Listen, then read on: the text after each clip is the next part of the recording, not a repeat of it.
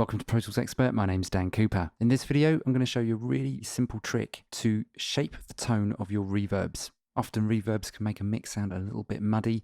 It's not just the length of the tail of the reverb, it's more the tone of the reverb that can get in the way of other elements of a mix. Now, a really quick and easy way to adjust the tone of your reverbs is by throwing an EQ plugin before or after the reverb. Now, many reverbs have tone shaping abilities, and these work quite well. Personally, I like to use a plugin built for the job of EQ, as I find it easier to set than fiddling around with EQs built into reverbs. So I've got this vocal here, bus, sent to an effects return, got a little bit of delay, feeding into a bit of reverb here, H reverb, very nice reverb this, into Waves F6. And I'm just going to use these filters, a low pass filter and a high pass filter. Let's have a quick listen to the vocal.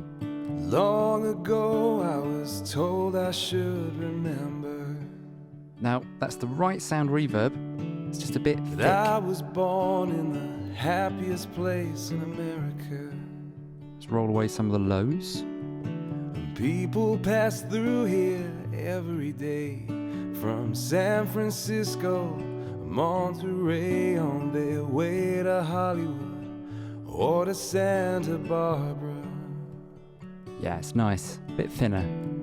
Well, I was young when I first laid eyes on Mary. Let's roll away some of the highs as well. She was just like the songs that I used to hear on Sundays. Before. I'd have followed that girl to the edge of the world and climbed right over the gates of hell. I could tell she felt about me Nice. the same. Now, two schools of thought here into where you put this EQ. You can put it before the reverb, you can put it after. The differences, in my opinion, are very few and far between. Personally, I think this just works better, especially if you're using, let's say, like a chain of ambient effects, like I've got here, a delay feeding into a reverb, then feeding into an EQ, because it's the tone I want to adjust last. Anyway, hope you guys got something from this. For more information on these plugins, do check out the Waves website. I'm Dan Cooper from Pro Tools Expert, and as always, thanks for watching.